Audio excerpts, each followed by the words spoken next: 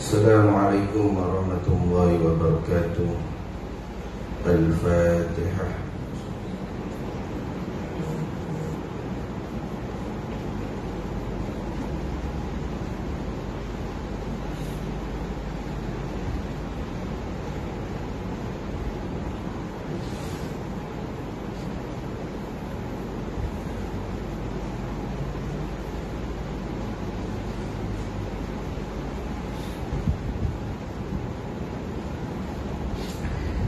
A'udzu billahi minasyaitonir rajim. Bismillahirrahmanirrahim. Alhamdulillahi rabbil alamin. Wassalatu wassalamu ala sayyidina Muhammad wa ala alihi wa sahbihi ajma'in. Subhanaka la ilma lana illa ma 'allamtana innaka antal alimul hakim. Rabbi syrah li sadri wa yassir li amri wahlul 'uqdatam min lisani yafqahu qawli. Wa la hawla wa la quwwata illa billahil 'aliyyil 'azim. Qala Allah subhanahu wa ta'ala fi kitabil karim. A'udzu billahi minasyaitonir rajim. يا أيها الذين آمنوا اتقوا الله حق تقاته ولا تموتن إلا وأنتم مسلمون. صدق الله العظيم. Wahai sekalian orang-orang yang beriman, bertakwalah kamu kepada Allah dengan sebenar-benar takwa, dan janganlah kamu mati melainkan mati dalam keadaan Islam. Yang saya hormati Tuan Pengurusi Surau An-Nur Banda Puteri Kelang, Tuan-Tuan Imam, Tuan-Tuan Bilal, Ahli Jabatan Kuasa Surau, Tuan-Tuan, Puan-Puan Muslimin Muslimat yang dikasihi dan dirahmati Allah Subhanahu wa ta'ala.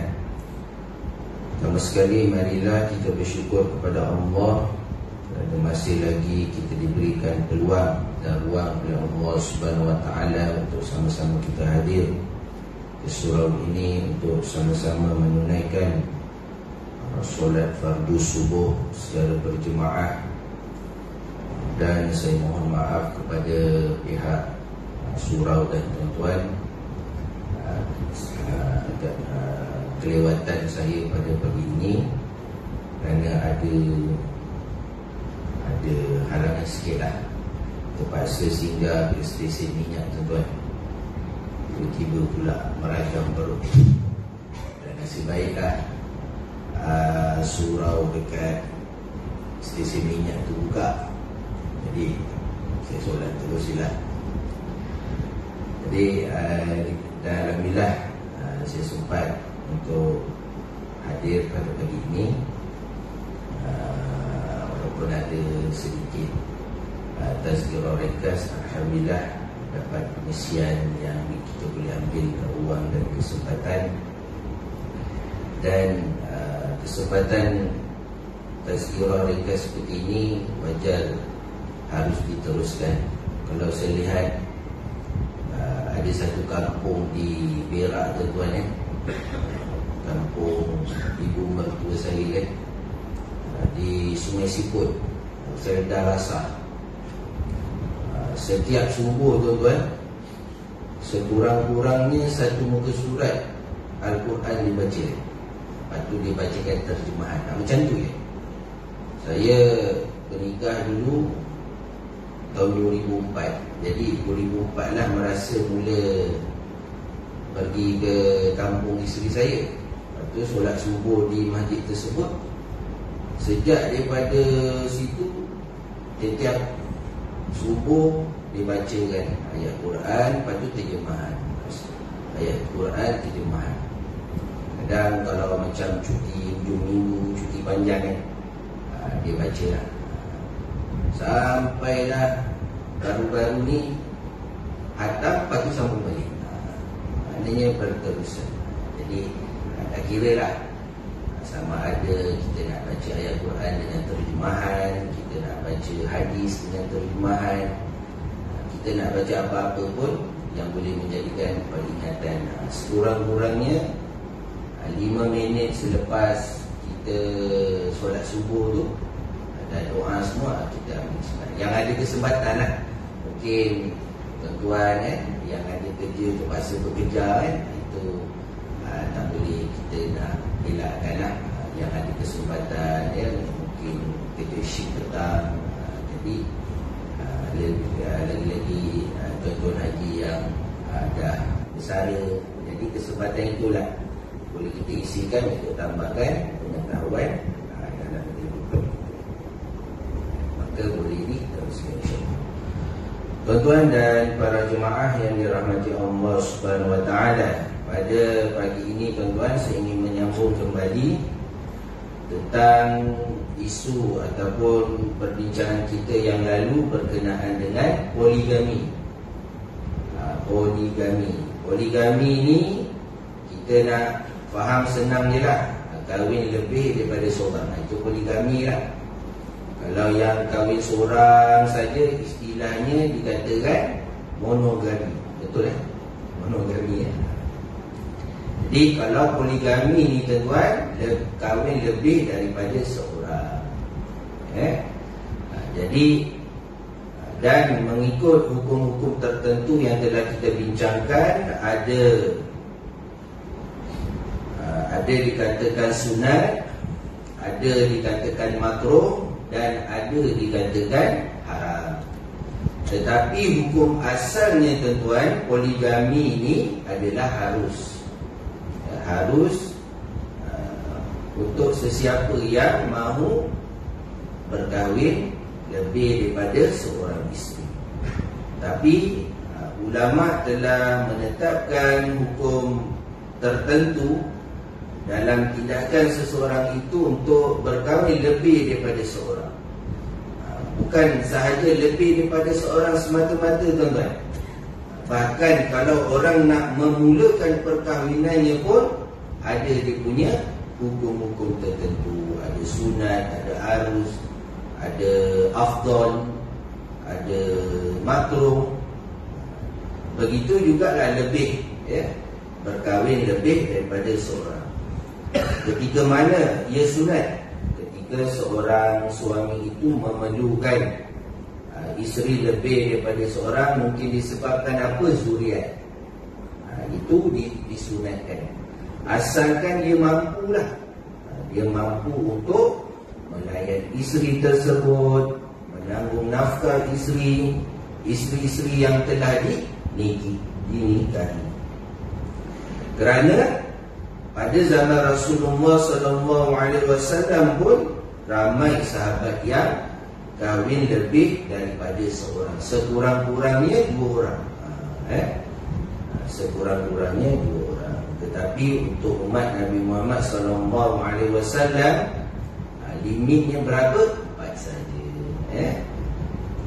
Dan ada keadaannya makruh.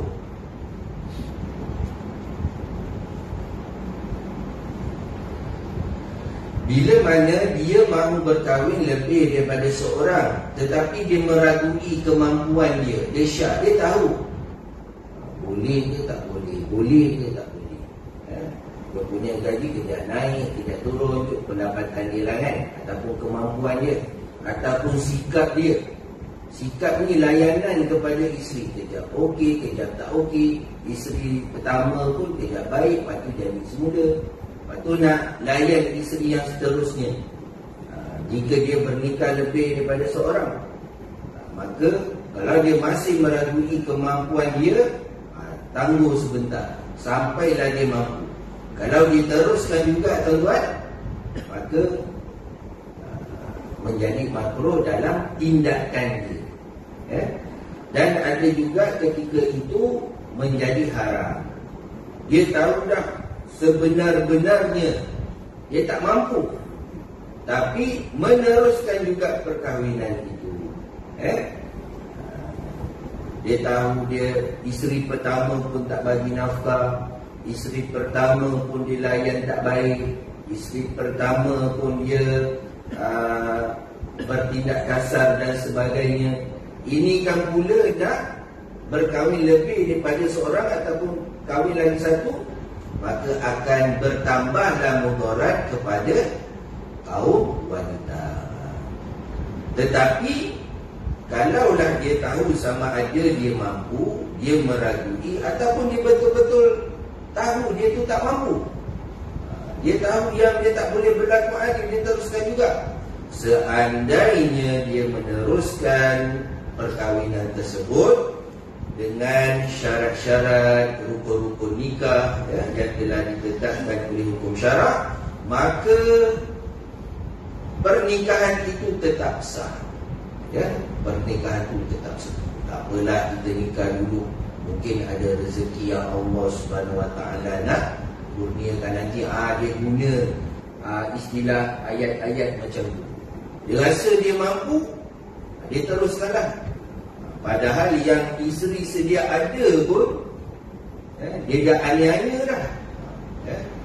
Ini untuk peringatan bukan sini tu tak, sesiapa sajalah, umum saja untuk perkongsian kita. Kadang-kadang tuan-tuan yang nikah baru 3-4 bulan dah melaporkan di mahkamah, di pejabat agama, baru yang nikah bawah umur baru diberikan kebenaran nikah bawah umur, tiba-tiba 2 bulan kemudian ada yang melafazkan talak 3. Na'udzubillah. Ni kenapa ni? Bukan 2 bulan lepas kamu mohon nikah bawah umur ke? Kenapa apa dah berlaku ni? Bukan senang nak jadi senang, bukan senang dalam perkahwinan ni. Dulu saya dah tanya dah, sanggup tak kamu ni melayan kerenah ataupun ujian-ujian dalam rumah tangga, kamu tak nak belajar lagi ke? Terus terang tanya, nasihat depan mak ayahnya. Tetapi dia nak teruskan, kita tak halang lah sesiapa nak mohon pun.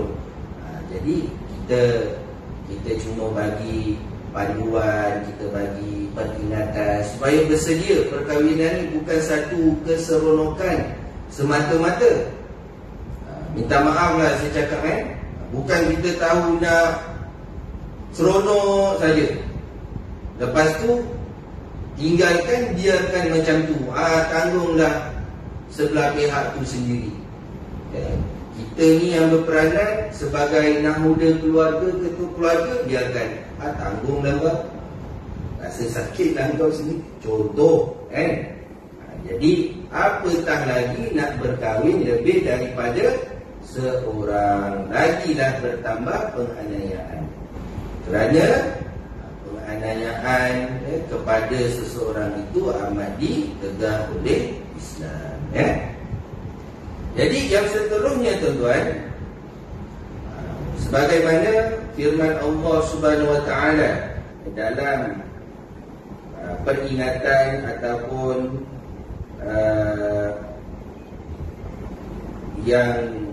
yang dibolehkan untuk berkahwin lebih daripada seorang ini adalah hukumnya menjadi harus pada asalnya, seperti firman Allah, a'udzu billahi minasyaitonir rajim, wa in khiftum alla tuqsitu fil yatama fankihu ma tabalakum minan nisa'i mathna wa thulatha wa ruba'.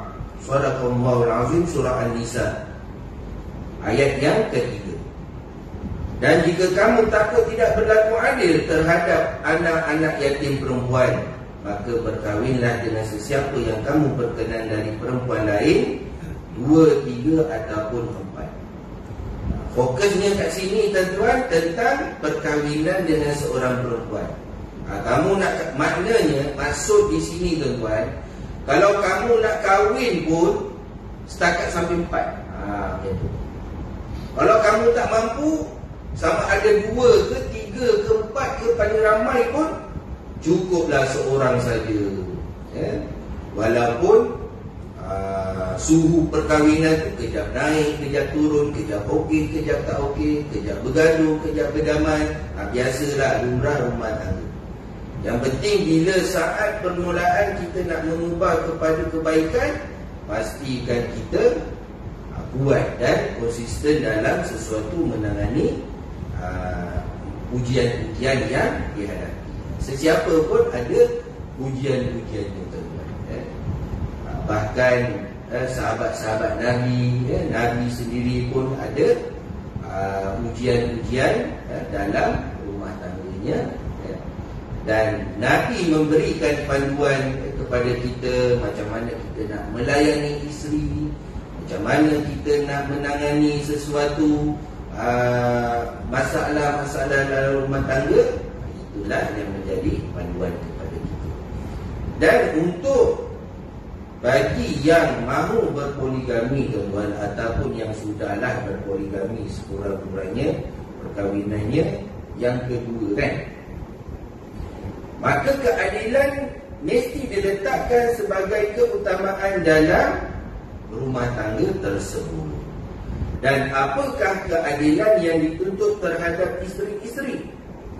Keadilan yang diwajibkan ke atas lelaki yang berpoligami. Yang tak berpoligami ni tak apalah, yang berhasrat tu kena tahu persediaan untuk berkahwin lebih daripada seorang. Ialah memberikan nafkah. Itu keutamaan. Tempat tinggal, tempat tidur, pergaulan yang baik, serta melaksanakan kewajipan sebagai seorang suami terhadap isteri-isteri. Itu dah dia punya asas keutamaan yang perlu diberikan daripada seorang suami kepada isteri. Bukan sahaja dia berpoligami, bahkan dia berkahwin ataupun baru berkahwin pun dia kena melaksanakan tanggungjawab tersebut. Andai katalah, kalaulah ada keinginan nak kahwin lebih daripada seorang, dia hadapi ujian perkahwinan pertama dengan tenang, menghadapi masalah dengan tenang, mengatasi punca-punca dengan tenang, layan isteri pun dengan tenang, walaupun isterinya pun menakutkan tuan-tuan kan. Lepas ujian yang perkahwinan pertama, kalau ada hasrat sila kan, maknanya dia mampu. Dan perkahwinan ini juga tuan-tuan, dia nak menambahkan lagi, meningkatkan lagi kematangan seseorang lelaki itu juga. Jadi tuan-tuan, para jemaah yang dirahmati Allah, tidak salah. Walaupun kalau kita nak bincangkan isu ni tuan-tuan kan, sensitif jugalah. Tetapi untuk pengetahuan, untuk pengetahuan kita, kalaulah dia mampu ataupun sudah mampu, dia dah menjalani kehidupan sebagai suami dalam perkahwinan pertama dengan tenang, dengan harmoni, masalah-masalah yang dihadapi diatasi dengan baik, maka tidak salahlah dan menjadi harus kepada seseorang itu kalaulah dia nak berpoligami. Sementara keadilan dari segi kasih sayang, dari segi perasaan kasih sayang, bukanlah keadilan yang mesti diperbolehi oleh isteri-isterinya selagi ia tidak membawa kepada tindakan yang zalim. Ini kerana manusia tidak boleh menguasai hatinya yang menjadi punca perasaan kasih sayang. Kita ni tuan-tuan, dalam perkahwinan ni, kita nak membentuk ataupun melahirkan sifat kasih sayang, rahmah, mawaddah warahmah, kebahagiaan dan kasih sayang dalam rumah tangga.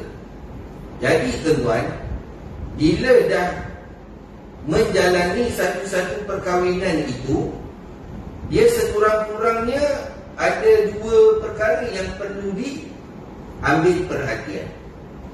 Dari segi nafkah, nafkah zahir ada, nafkah batin pun ada. Nafkah zahir ni tuan-tuan, seperti nafkah lah, makan, minum, tempat tinggal, perubatan, ataupun bertanggungjawab, suami kepada isteri, isteri kepada suami. Tetapi tuan-tuan, secara zahirnya kita memberikan nafkah tersebut supaya kehidupan sebagai suami isteri itu sempurna dari segi zahir. Dan dari segi batin, nafkah batin ni ramai yang hanya mengetahui dari segi perhubungan suami isteri saja, bukan itu semata-mata tuan-tuan, tetapi bermula dengan perasaan, kasih sayang, cakap dengan baik, tegur dengan baik. Tidak, bila tegur tu tak ada mengeluarkan kata-kata kesat, tak ada mengeluarkan kata-kata yang menambahkan lagi sakit hati kepada isteri tersebut. Memanglah isterinya tu banyak bising ke, kopeng kan, banyak membebel kan.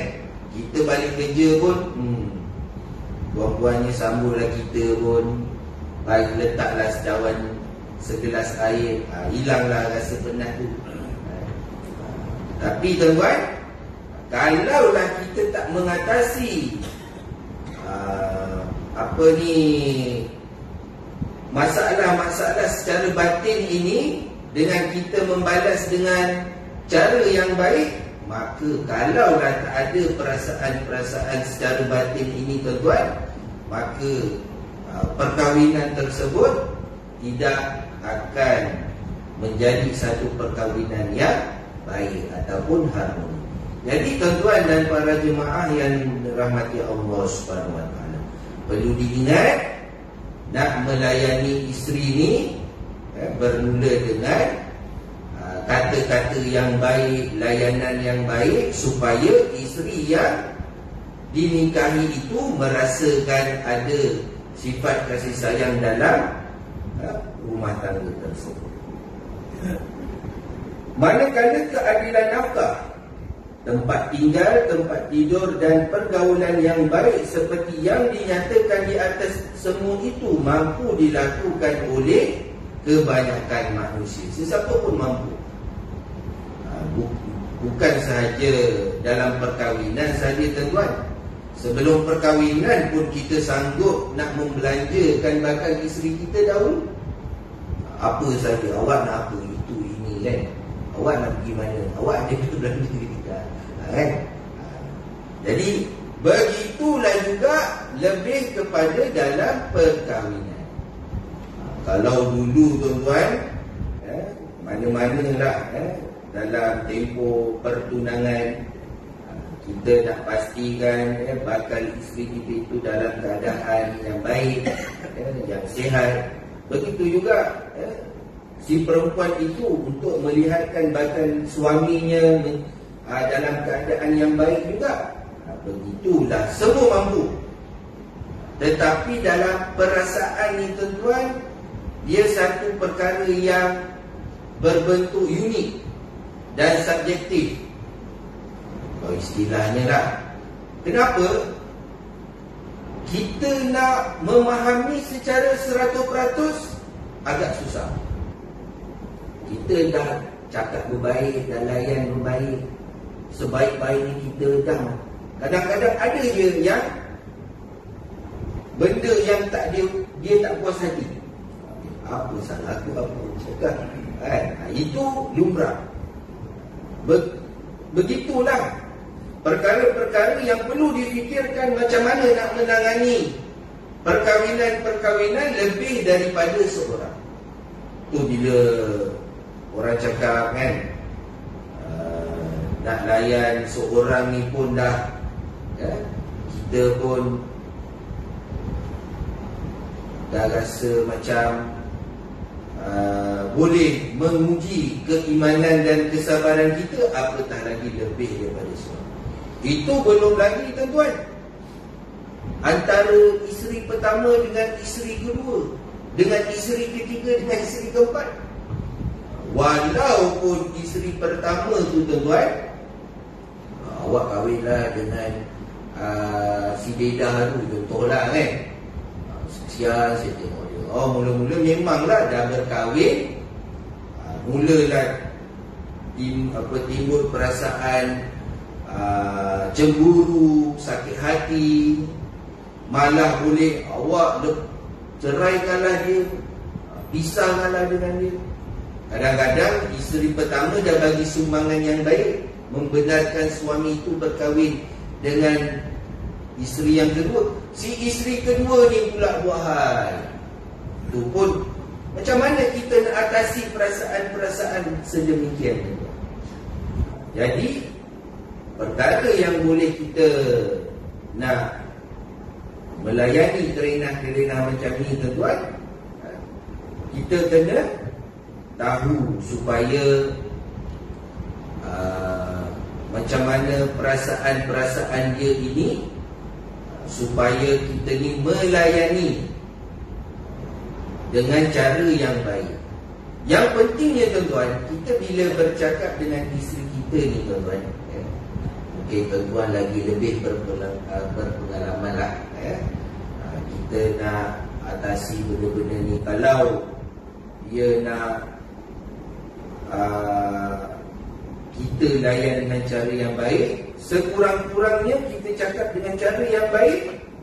Kita suruh benda-benda yang diwajibkan kepada yang asas tanggungjawab dia sebagai seorang isteri. Maka tanggungjawab kita sebagai suami itu pun kita kena laksanakan dari segi percakapan kita, lisan kita, supaya semuanya dalam keadaan yang baik. Maka Rasulullah SAW telah bersabda, setelah baginda berlaku adil dalam pembagian harta dan pergaulan dengan para isterinya. Nabi sebagai utusan Allah Subhanahu Wa Taala juga melaksanakan tanggungjawabnya sebagai suami kepada isteri-isterinya.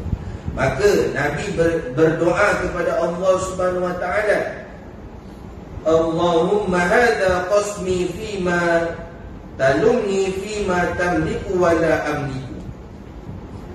Sadaqah Rasulullah, ya Allah, inilah pembahagian yang aku lakukan terhadap apa yang aku miliki. Janganlah kamu mencela aku dalam apa yang kamu miliki, tetapi aku tidak memiliki. Dalam kita tak mampu nak memberikan sesuatu kepada isteri kita ni tuan-tuan, banyak-banyak berdoa kepada Allah Subhanahu Wa Taala, ya Allah, ini sahaja yang aku mampu, supaya Allah Subhanahu Wa Taala tanamkan perasaan kasih sayang itu kepada isteri dengan apa pemberian yang diberikan oleh suaminya itu. Walaupun dia ada keinginan, dia ada macam-macam dia nak lah, tapi kita tak mampu. Setakat ini yang kita mampu kan. Kalau dia tak, kita bimbang lah, dia masih tak berminat lagi, masih tak puas hati dengan kita, banyak-banyaklah berdoa Subhanahu Wa Taala dengan Allah Subhanahu Wa Taala, seperti yang Nabi amalkan doa ini tuan-tuan. Sekurang-kurangnya dalam kita duduk, ya Allah, ini sajalah yang aku mampu. Aku tak tahu sama ada isteri aku ni puas hati ke tidak. Dan jadi janganlah aku ni dicela dengan apa yang aku tak miliki. Mungkin sekarang kita tak mampu, satu hari nanti kita mampu memberikan sesuatu kepada isteri-isteri kita yang demikian. Maksud apa yang kamu miliki aku tetapi tidak aku memiliki, seperti maksud doa Nabi ni tuan-tuan, ialah apa? Kasih sayang dan perasaan.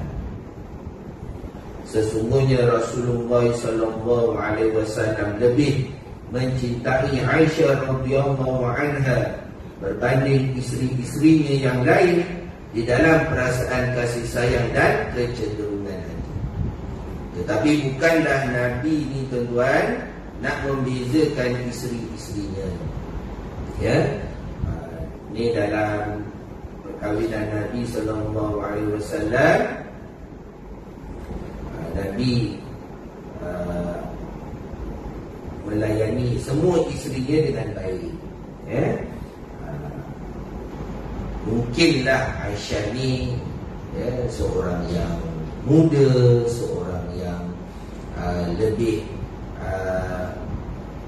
memahami kepada Rasulullah SAW dalam perjuangannya, dalam dakwah Nabi.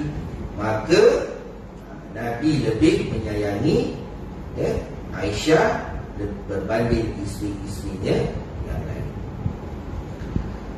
Dan hikmah disyariatkan poligami ni tuan-tuan, Islam mengharuskan poligami berdasarkan hukum asalnya. Hukum asalnya apa tadi? Harus. Tak menjadi kesalahan. Sesiapa nak bernikah silakan. Sama ada dia rasa mampu ke, dia rasa tak mampu ke, nak teruskan juga, silakan. Tapi dah kahwin, kena fikirkanlah tanggungjawab masalah-masalah yang perlu diatasi. Hal ini dilakukan untuk mencapai matlamat jangka panjang dalam membaiki sosial masyarakat. Dalam isu perkahwinan ni tuan-tuan, ia apa yang memberi kesan kepada sosial masyarakat, iaitu kesan emosi isteri dan juga anak-anak. Bila suami tak layan dengan cara yang baik, isteri jadi tertekan. Dan anak-anak pun menjadi mangsa. Tengok mak ayahnya bergaduh, selalu dizahirkan perbalahan-perbalahan mereka di hadapan anak-anak. Dia rasa tak puas hati. Bila balik dia tengok mak ayahnya sentiasa bertengkar, bergaduh. Dia rasa macam tak selesa lah. Lebih-lebih lagi lah kalau terjadinya perceraian, akan memberikan kesan yang lebih besar kepada anak-anak tersebut, dan lebih besar lagi menjadi masalah sosial dalam masyarakat. Dia tengok mak ayahnya macam ni, tak elok, tak bagus, dia pun cari kawan dia. Dia cari kawan dia, kalau baik tu okey lah. Kalau kawannya ajak, jomlah kita pergi ke masjid, ke surau, kita banyakkan berdoa kepada Allah Ta'ala, dekatkan diri kepada Allah, supaya mak ayah kamu ni dalam keadaan yang baik. Ini kalau kawan-kawan dia tuan-tuan ajak benda-benda yang tak baik, merokoklah, melepaklah, merempitlah. Lebih-lebih lagi kalau yang lebih besar kesan masalah sosial masyarakat ni tuan-tuan, kalau dah terlibat masalah-masalah yang berkaitan dengan jenayah, contohnya seperti dadah, jadi itulah yang perlu difikirkan untuk jangka masa panjang. Kita ni tuan-tuan, dalam perkahwinan ni, kalau kita ni ajak isteri kita kepada ke jalan kebaikan, contohnya lah, pastikan kalau di rumah tu, kalau kita boleh menjadi imam, kita imamkan solat, ajak isteri solat bersama, anak pun solat bersama. Sambil-sambil tu kita membaca buku-buku yang bermanfaat untuk pengetahuan, sama ada buku agama ataupun apa-apa saja yang boleh mendatangkan kebaikan dalam keluarga, itu boleh dibentuk. Maknanya adalah perasaan kasih sayang itu dalam rumah tangga. Kita ni dah susah payah nak membina rumah tangga tersebut, tiba-tiba dah dalam perkahwinan kita tak laksanakan tanggungjawab yang diberikan. Dia tanggungjawab ni tuan-tuan pada diri kita pun. Kalau kita tak uruskan diri kita pun, tak jadi kehidupan kita ni dengan baik. Kita ni duduk saja je kan, kerja pun tak nak. Kalau nak dimakan pun nak disuapkan juga. Kalau tak dimandi tu, nak selalu, awak ni tak mandi ke? Kau ni tak mandi ke? Datang ke mandi ke surau, baru je sampai pintu surau dah bau yang tak selesa. Itu tanggungjawab pada diri sendiri, kena diusahakan. Begitulah tanggungjawab dalam rumah tangga, perlu diuruskan secara yang berterusan di dalam rumah tangga, supaya masalah-masalah ini tidak memberikan kesan kepada masyarakat. Sekarang ni tuan-tuan, bila kita tengok seorang tu yang berpengaruh lah, tiba-tiba ada masalah rumah tangga, dah macam-macam isu spekulasi yang timbul.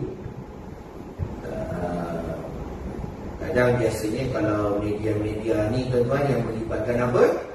Melibatkan artis. Ini pun baru ni kan, baru-baru ni ada timbul satu ni, nak sampaikan isu yang tak sepatutnya lah, diketahui lah, sampailah betul ke dia ni artis ni dah apa, dah ada masalah, bukan baik ke sebelum ni, dah orang cakap bermacam-macam. Jadi tuan-tuan, para jemaah yang dirahmati Allah Subhanahu Wa Taala, maknanya perkahwinan ni kita nak bawa bukan setakat di atas dunia sahaja. Perkahwinan ini kita nak bawa sampai ke akhirat, kerana kita juga akan dipertanggungjawabkan dengan orang-orang yang menjadi tanggungjawab kita. Maka tuan-tuan, saya ambil 5 minit lagi tuan-tuan. Dalam hikmah disyariatkan poligami ni, sebahagian daripada hikmah poligami ni tuan-tuan, yang pertama untuk menjaga kesucian mereka yang tidak cukup dengan hanya memiliki seorang isteri sahaja. Kerana apa? Ini adalah fitrah semula jadi manusia.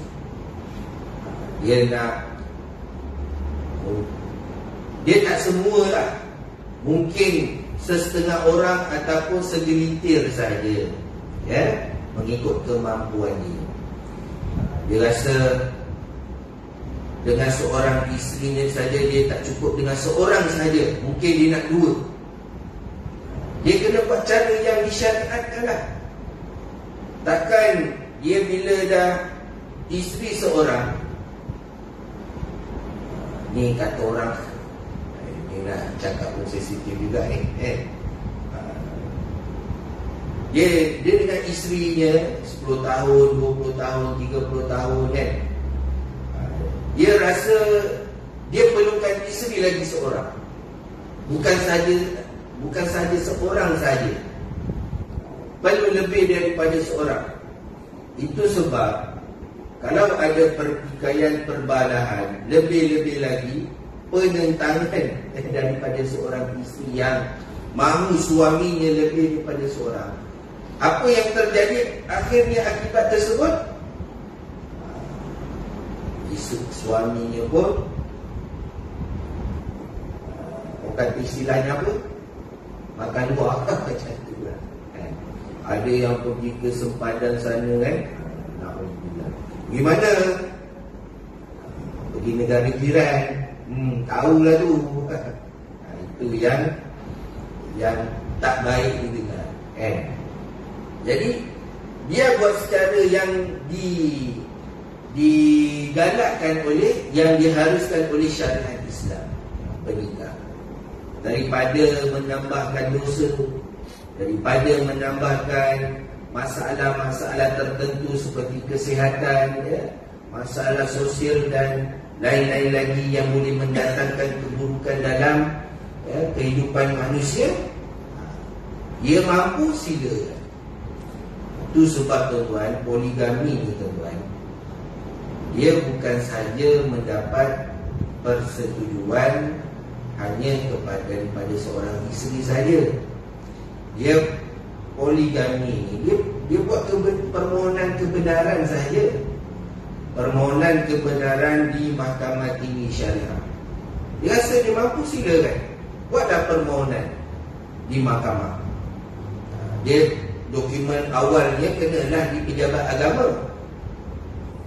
Lepas tu pejabat agama akan keluarkan satu surat ataupun apa-apa catatan dipanjangkan ke Mahkamah Tinggi Syariah untuk mendapatkan kebenaran di Mahkamah Tinggi Syariah. Walaupun isteri pertama tak setuju, isteri kedua tu tak kisahlah rasanya, dia pun tak tahu apa masalah-masalah yang berlaku. Buat dia permohonan dahulu. Nanti semuanya akan dipanggil oleh mahkamah, isteri pertama, isteri kedua, bahkan isteri kedua, untuk nak tahu mampu ke tidak, setuju ke tidak. Kalau tak setuju apa masalahnya, kalau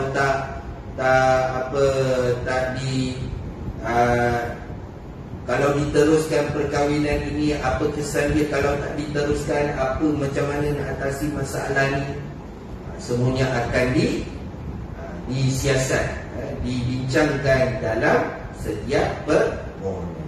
Kerana apa? Kalau orang yang mahu memiliki seorang, tidak cukup hanya dengan seorang isteri saja. Kerana apa? Ia adalah fitrah semula jadi manusia. Kita tak boleh nak elak, dan menghalang daripada berpoligami boleh menjuruskannya ke dalam perkara yang tidak dibenarkan oleh syarak, iaitu sepertinya melakukan maksiat-maksiat seperti zina. Daripada dia melakukan zina, tuan-tuan, dia baik benarkan untuk berkahwin lebih daripada seorang. Perkara yang lebih baik kepada mereka dan masyarakat jika mereka berpoligami dalam ruang lingkup yang sihat. Poligami yang diiringi dengan penjagaan dan pensyariatan hak-hak, kewajipan dan kemuliaan yang selayaknya. Ia lebih baik daripada mereka berzina. Tadi benar, isteri pun tentang. Jadi daripada mereka berzina, lebih baik benarkan saja, galakkan saja. Tapi biasalah, kalau kita dah galakkan saja, mana boleh ustaz, saya pun tak diberikan keadilan, macam mana? Kalau ada ujian-ujian seperti itu, tuan-tuan, kena hadap. Begitulah kita akan menghadapi ujian-ujian seterusnya di dalam rumah. Dan yang kedua, yang terakhir ni, tuan-tuan, poligami juga disyariat untuk mengelak kaum wanita daripada diburu oleh lelaki yang tidak bertanggungjawab. Bila kita dah bernikah dengan seseorang itu, kita dapat elakkan, selamatkan perempuan itu yang dinikahi daripada diburu oleh lelaki yang tidak bertanggungjawab. Kacau dia, ganggu dia, melakukan perkara-perkara yang tidak baik kepada dia. Kalau dia berkahwin pun dengan lelaki yang tidak bertanggungjawab, hanya sekadar perkahwinan itu atas kertas sahaja, hanya nak melayan nafsu semata-mata, akhirnya terbiar dan dianiaya kepada isteri tersebut. Ini yang tidak mahu. Berilah kaum wanita itu kepada lelaki yang baik. Perempuan yang baik itu adalah untuk lelaki yang baik. Kerana apa? Supaya dapat mengelakkan kaum wanita itu diburu oleh lelaki yang tidak bertanggungjawab tanpa akad nikah. Ganggu. Itu yang jadi kes-kes masalah sosial seperti kes Rogun. Itu nak diselamatkanlah. Sekurang-kurangnya, tuan-tuan, bila dia tahu, oh ini, aku rasa perempuan ni tak ada sesiapa yang dia kahwin lagi ni, rupanya diberitahu dia dah berkahwin, adalah keselamatan penjagaan. Kalau dia diganggu pun, siapa yang melindungi dia? Suami dia. Walaupun mungkin suaminya itu kurang memberikan layanan yang lebih kepada isteri tersebut, tapi sekurang-kurangnya, tuan-tuan, atas nama sebagai suami isteri tersebut, dia bertanggungjawab menjaga dan memberikan perlindungan kepada isteri yang dia nikahi. Itu memang tanggungjawab dia. Kerana apa? Menyebabkan perempuan itu tidak mendapat sebarang hak. Manakala anaknya pula tidak mendapat hak sebagai seorang anak dan kasih sayang seorang bapa. Katalah perempuan itu diganggu oleh lelaki yang tidak bertanggungjawab tanpa akad nikah, berlaku kes-kes yang tidak sepatutnya seperti kes rogol, lahirnya anak tersebut. Siapa yang nak menjara maslahat perempuan tersebut? Anak tersebut siapa nak bagi makan, minum, nafkah dan semuanya? Itu perlu dielakkan dan menggalakkan kaum wanita itu untuk bernikah kepada lelaki walaupun lelaki itu sudah berumah tangga yang pertama. Jadi tuan-tuan, menjadi isteri kedua dengan hak dan kehormatan yang terjaga adalah 1000 kali lebih baik daripada dia terus membujang atau hidup seperti perempuan simpanan atau seperti seorang kekasih yang akhirnya membawa kepada kekecewaan dan kemusnahan. Kalau perempuan itu daripada terus menjadi perempuan simpanan, kahwinkan je lah. Adalah tanggungjawab. Kalau dia jadi perempuan simpanan, layan nafsu orang yang tak bertanggungjawab, akhirnya apa? Terbiar dan teranai macam itu. Seolah-olah kembali kepada zaman jahiliyah dahulu. Macam perempuan ini dilayan sebagai pakaian luar saja. Na'udzubillah. Kalau berlakulah pada zaman-zaman pada hari ini. Berlaku ke tidak, tuan-tuan? Berlaku juga. Itulah Islam dah mengangkat perempuan ini sebagai martabat yang tinggi di sisi Allah Subhanahu Wa Taala, supaya tidak dipergunakan sewenang-wenangnya. Kamu ada hak kehormatan yang kamu kena jaga supaya mendapat kemuliaan di sisi Allah Subhanahu Wa Taala. Apa salahnya kamu ni berkahwin walaupun kamu menjadi isteri yang kedua, ketiga ataupun keempat, daripada kamu menjadi perempuan simpanan. Kamu dah berdosa, dah melakukan perbuatan zina. Yang kamu nak tentang sangat lelaki yang berpoligami ni kenapa? Contoh, itulah yang patut difikirkan bersama untuk kebaikan semua pihak. Dia tahu bila lelaki ni poligami ni, tuan-tuan, tahu nak kahwin je. Dia tak tahu masalah-masalah di luar sana yang perempuan yang dilayan oleh lelaki-lelaki yang tidak bertanggungjawab, yang sentiasa mengambil kesempatan kepadanya. Itulah sepatutnya yang harus dilindungi. Jadi tuan-tuan, para jemaah yang dirahmati Allah Subhanahu Wa Taala, jadi saya rasa untuk perbincangan poligami ini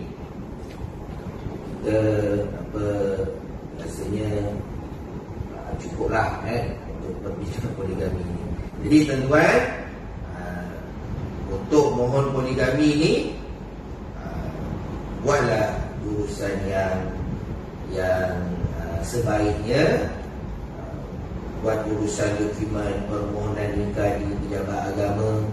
Kemudian kalau kena dipanjangkan ke Mahkamah Tinggi Syariah, kena buat urusan di Mahkamah Tinggi Syariah dengan prosedur-prosedur yang ditetapkan.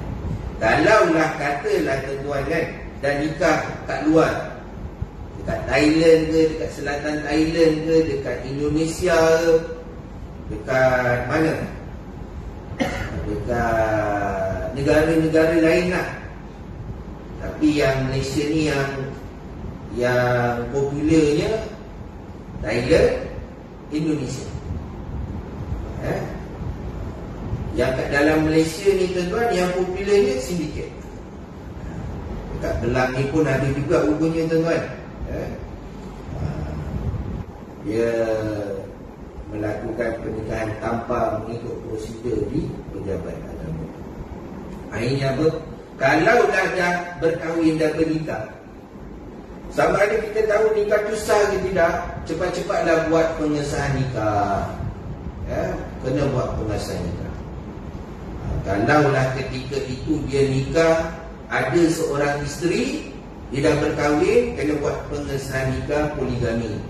Urusannya di mahkamah tinggi juga ada. Tapi kena buat aduan dululah, maklumkan dulu kat pejabat agama.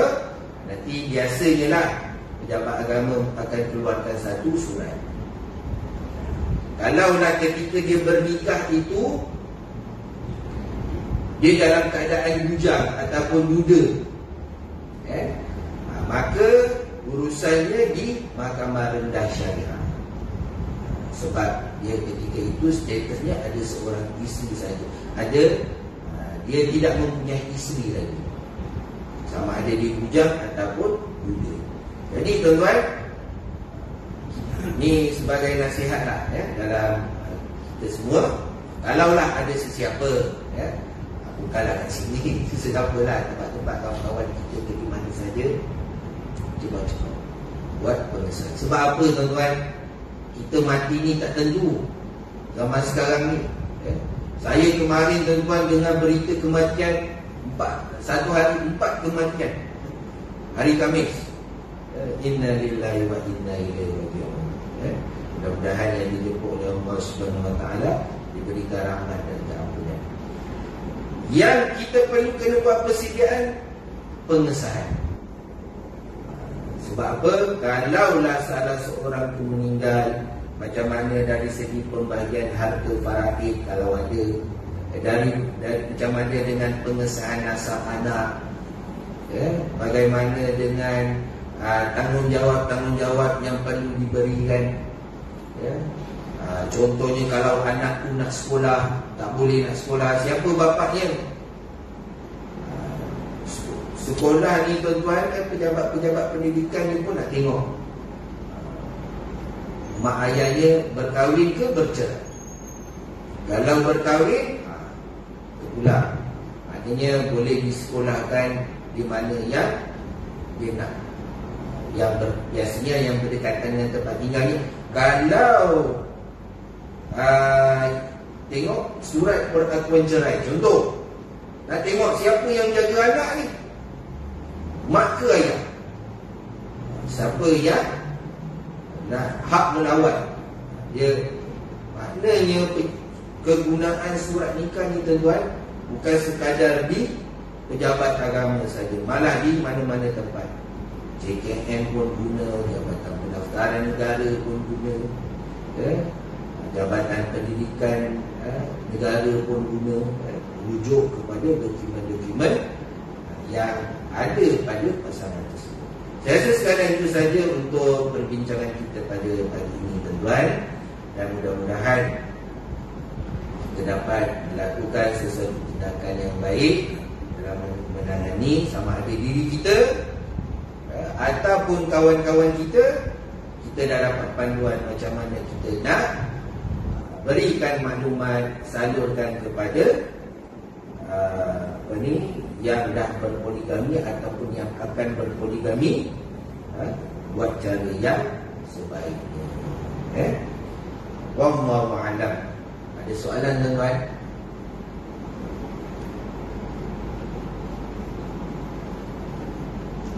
Kita simak-simak berdoa. InsyaAllah yang baik itu datang daripada Allah Subhanahu wa taala. Kurang adalah kelemahan, kekurangan saya. Mudah-mudahan kita semua diberikan rahmat dan keampunan oleh Allah Subhanahu wa taala. Wallahu a'lam. Kita tutup dengan tasbih kafarah dan suratul Asr.